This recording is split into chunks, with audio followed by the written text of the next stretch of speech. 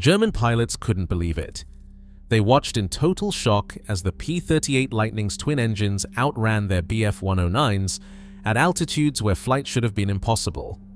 In the thin, freezing air over North Africa, the elite flyers of the Luftwaffe thought they were safe. They believed no Allied fighter could follow them above 25,000 feet. But then, a strange twin-tailed shadow appeared in their rearview mirrors. This is the factual story of how the fork-tailed devil used a secret mechanical brain to shatter the German grip on the sky. These fanatical aggressors had spent years perfecting the art of the dogfight, only to find themselves neutralized by a machine that broke every rule of physics. While the Axis butchers relied on raw power, the Americans had unleashed a ghost in the turbo that could erase a squadron before they even saw a muzzle flash. But what was the forbidden engineering hidden inside those twin booms that turned a heavy bomber escort into a surgical executioner? And why did the totalitarian thugs realize too late that the sky now belonged to the American factory? For the men of Jagdgeschwader 27, the sky above 25,000 feet was more than just thin air, it was a fortress. German tactical briefings drilled the same numbers into every pilot's head. The Messerschmitt Bf-109G could reach 25,000 feet in under 8 minutes, climbing at over 2,500 feet per minute even as the oxygen thinned. The Reich Air Ministry's own manuals spelled it out: altitude was the ultimate shield. Above 7,000 meters, Allied fighters like the P-40 and Spitfire sputtered, their engines starved for power, their pilots fighting for breath. The Luftwaffe called it the Perch, a cold blue sanctuary where only the best could hunt and only the best could escape. In North Africa, the doctrine was gospel. Veteran aces, some with 50 or more kills, launched their attacks from the stratosphere, diving down with the sun at their backs. If the tables turned, they simply pointed their noses up, poured on the throttle, and watched the enemy shrink away. Reports from JG-77 and JG-53 described it as a vertical wall. One climb, and the fight was over. The Bf-109's supercharged Daimler-Benz engine held its edge where Allied pistons faltered. Even the Americans, with their brash torque and heavy machines, were dismissed as easy prey. No single-engine foe could chase a Messerschmitt into the upper reaches, not with Allied climb rates dropping below 1,500 feet per minute past 20,000 feet. Confidence became habit. Pilots wrote home about the clean air above the desert, a place where German engineering reigned unchallenged. The 25,000-foot threshold wasn't just a number, it was a line the Allies couldn't cross. That certainty shaped every tactic, every maneuver, every escape. For the Luftwaffe, it was more than physics. It was destiny, written in the operating manuals and confirmed in every victorious sortie. No one imagined a machine could erase that advantage, until the day the myth was deleted and the sanctuary was breached. November 22, 1942. The Luftwaffe's sanctuary was breached. At dawn over Tunisia, two P-38 Lightnings from the 1st Fighter Group stalked a formation of Ju-88 bombers, climbing above 25,000 feet, right into the thin blue air German pilots considered untouchable. Mission logs from the 1st Group confirmed the intercept: altitude above 26,000 feet, temperature dropping below -30, oxygen hissing in the mask. The Lightnings closed at speed, engines howling with the cold efficiency of American Turbo-Superchargers. The German crews never expected pursuit at this height. Their doctrine said no Allied fighter could reach them here, let alone attack with authority. But the P-38's executed the intercept with surgical precision. Lieutenant Mark Shipman fired first. His concentrated burst from the Lightning's nose-mounted guns shredded the lead bomber in seconds. Wreckage spiraled down through the cloud deck. The second Ju-88 tried to dive away, but the twin-boom fighters stayed on its tail, engines maintaining power where the Messerschmitts would have faltered. Another kill, confirmed by gun camera footage and ground observers. In the after-action report, Shipman described the encounter as routine. No drama, no chase, just a systematic deletion. The Luftwaffe's vertical wall had become a myth overnight. German radio intercepts that afternoon crackled with disbelief. Pilots from JG-27 and JG-53 reported seeing silver shapes where only the sun should have been. The high perch was no longer safe. The breach was not just tactical, it was psychological. The Luftwaffe's confidence in altitude as armor had been erased by American engineering, and the P-38's arrival forced a recalibration of everything German pilots thought they understood about air combat. The sanctuary was gone, deleted in a single surgical strike. Kelly Johnson didn't believe in half measures. When the Army Air Corps issued Circular Proposal X-608 in February 1937, demanding a fighter that could claw its way to 20,000 feet in 6 minutes and hold 400 miles per hour at altitude, most engineers dismissed it as fantasy. Johnson saw a problem to solve and set out to erase the limits of single-engine design. The answer wasn't subtle. It was the twin-boom paradox: 2 engines, 2 tails, 1 central nacelle. Every line on the Model 22's blueprints served a surgical purpose: to concentrate firepower, streamline airflow, and bury the old rules about what a fighter could do above the clouds. The twin-boom layout wasn't a stylistic flourish. It was a calculated move to house the turbo-superchargers and intercoolers in the booms, keeping the heat and bulk clear of the cockpit. This allowed the Lightning to execute high-altitude missions without suffocating its pilot or choking its engines. The central nacelle became a fortress of logic, pilot, armament, and fuel, all packed tightly for balance and efficiency. Johnson's engineers routed the exhaust stacks along the dorsal boom surfaces, venting the heat with surgical precision and making room for the turbochargers to breathe. The result was a fighter that could climb, dive, and turn with a kind of mechanical ruthlessness. The Lightning felt inevitable once those choices were made. Lockheed's internal memos from 1938 paint the picture. Johnson demanded a climb rate that would shatter the Luftwaffe's vertical wall and a range that would let the Lightning outflank Axis supply lines from North Africa to Sicily. The design team had to balance weight, drag, and power, every pound scrutinized, every line on the drawing board justified. The XP-38 prototype rolled out under the shadow of the Great Depression with a development cost that would eventually top $761,000 for a single airframe. By the time production ramped up, the P-38 program would swallow nearly $3 billion wartime dollars, a sum that dwarfed most other fighter projects of the era. But Johnson's mandate was clear: the Lightning would not just meet the specification, it would delete it. The airframe was only the first act. The real disruption was still to come, buried inside those gleaming booms. Inside each boom of the P-38, American engineers buried a secret weapon, a 2-stage turbo-supercharger system that turned the logic of altitude warfare on its head. The Germans had bet everything on thin air and supercharged Daimler-Benz engines. What they never expected was the arrival of a fighter that brought its own atmosphere to the fight. The Lightning's turbo system, a $3 billion testament to Lockheed's industrial will, acted as a mechanical brain regulating exhaust, pressure, and temperature with a cold precision that never blinked, even as the mercury dropped below -30 at 30,000 feet. Air forced through the leading-edge intercoolers was cooled and compressed before ever reaching the Allison V1710s. The General Electric turbochargers, spinning at up to 30,000 revolutions per minute, maintained sea-level manifold pressure well above 25,000 feet, a feat no German single-stage supercharger could match. Pilots adjusted wastegates to fine-tune boost, but the real genius was in the routing, exhaust heat and turbo plumbing confined to the booms, leaving the cockpit cool and the pilot focused.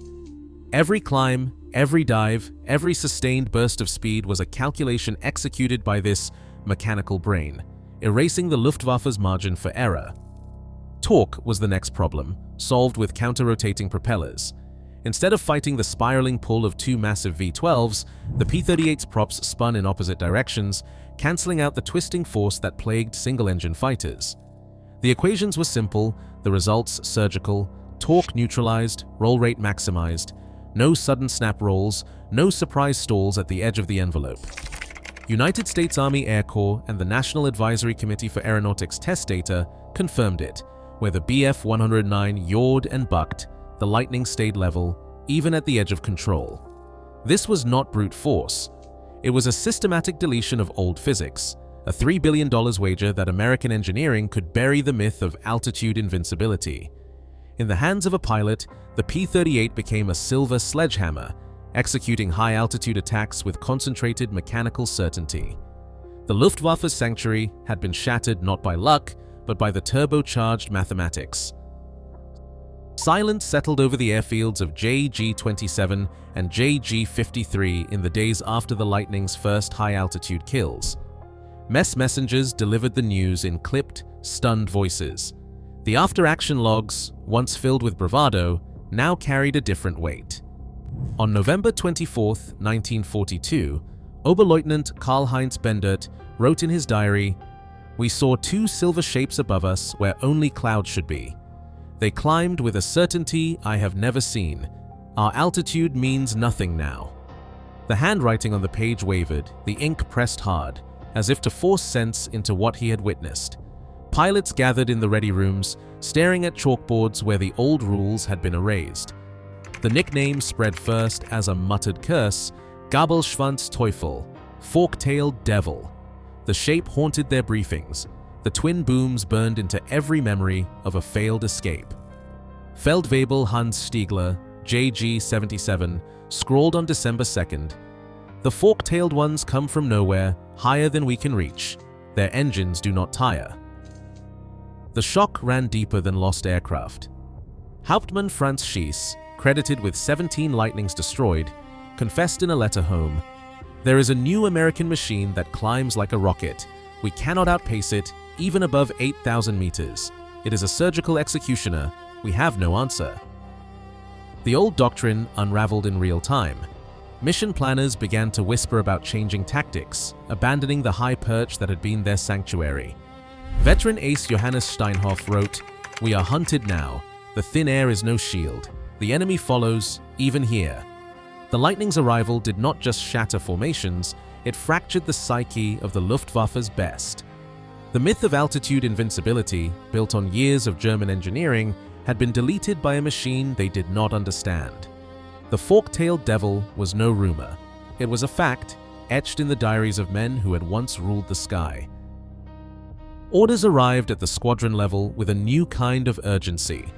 In the weeks after the Lightning's breach, Luftwaffe operations staff issued altitude cap directives, explicit memos limiting patrols to below 23,000 feet unless absolutely necessary. The language was clinical, stripped of bravado. Commanders cited unacceptable losses and unidentified enemy fighters operating above the old sanctuary. For pilots trained to live in the thin air, the message landed like a sentence.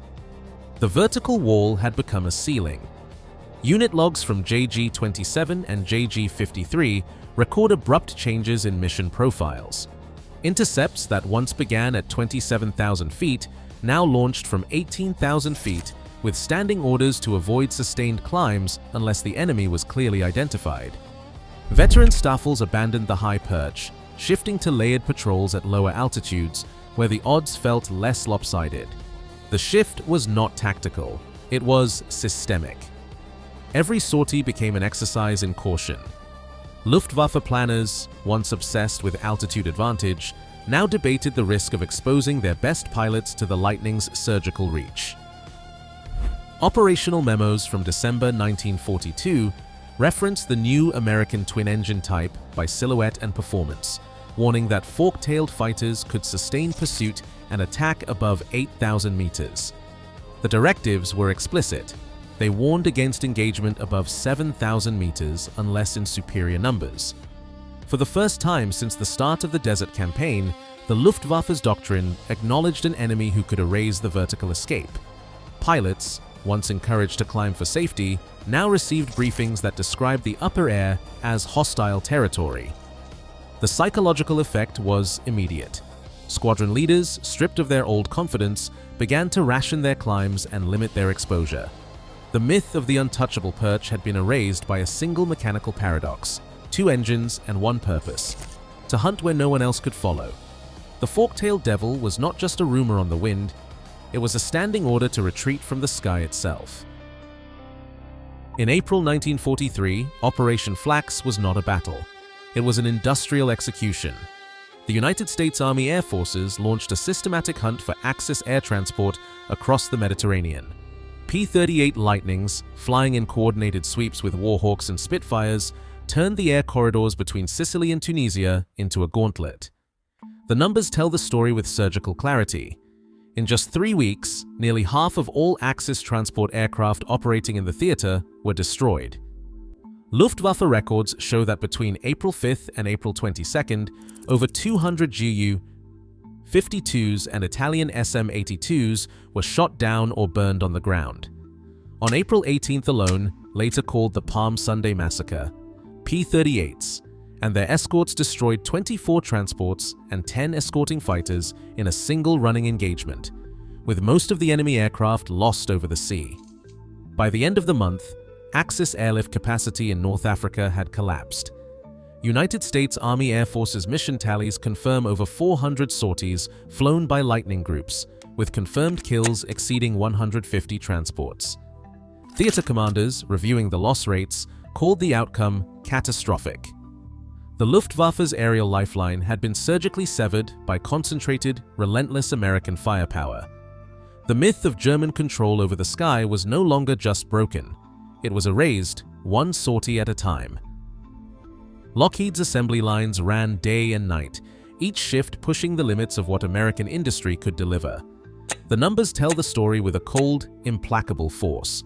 More than 10,000 P-38 Lightning fighters rolled out of the factory doors between 1941 and 1945.